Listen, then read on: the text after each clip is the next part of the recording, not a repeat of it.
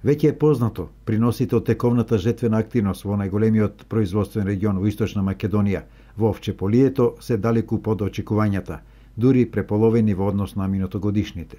Како има ли берекет? Многу слабо. Слабо, зависи од површините. Моја жена ми услуги некој врши 100 кила, 150, тука не ретко имаше 200 кила, многу слабо.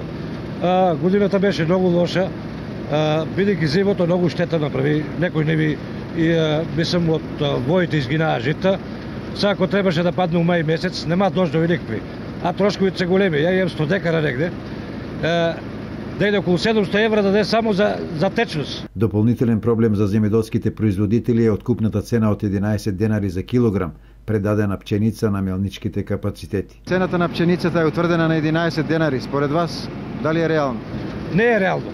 Мислам реално да биде пченицата и јачменот негде до 14 денара и за сточарите, и за земјоделците. А со оваа цена на многу е слабо и со приносите у реду да биде таа цена, ма да има негде по 400-500 кила, ќе се јаде некој у реду.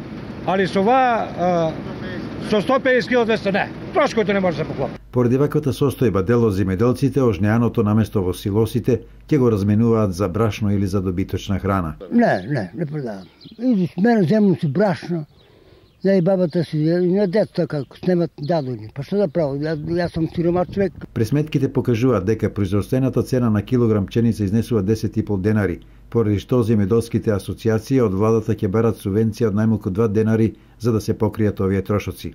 Државниот земјоделски инспекторат по барање на земјоделците ќе врши дополнителна контрола во мелничките капацитети, доколку производителите имаат реакции на проценките на квалитетот на предадената пченица.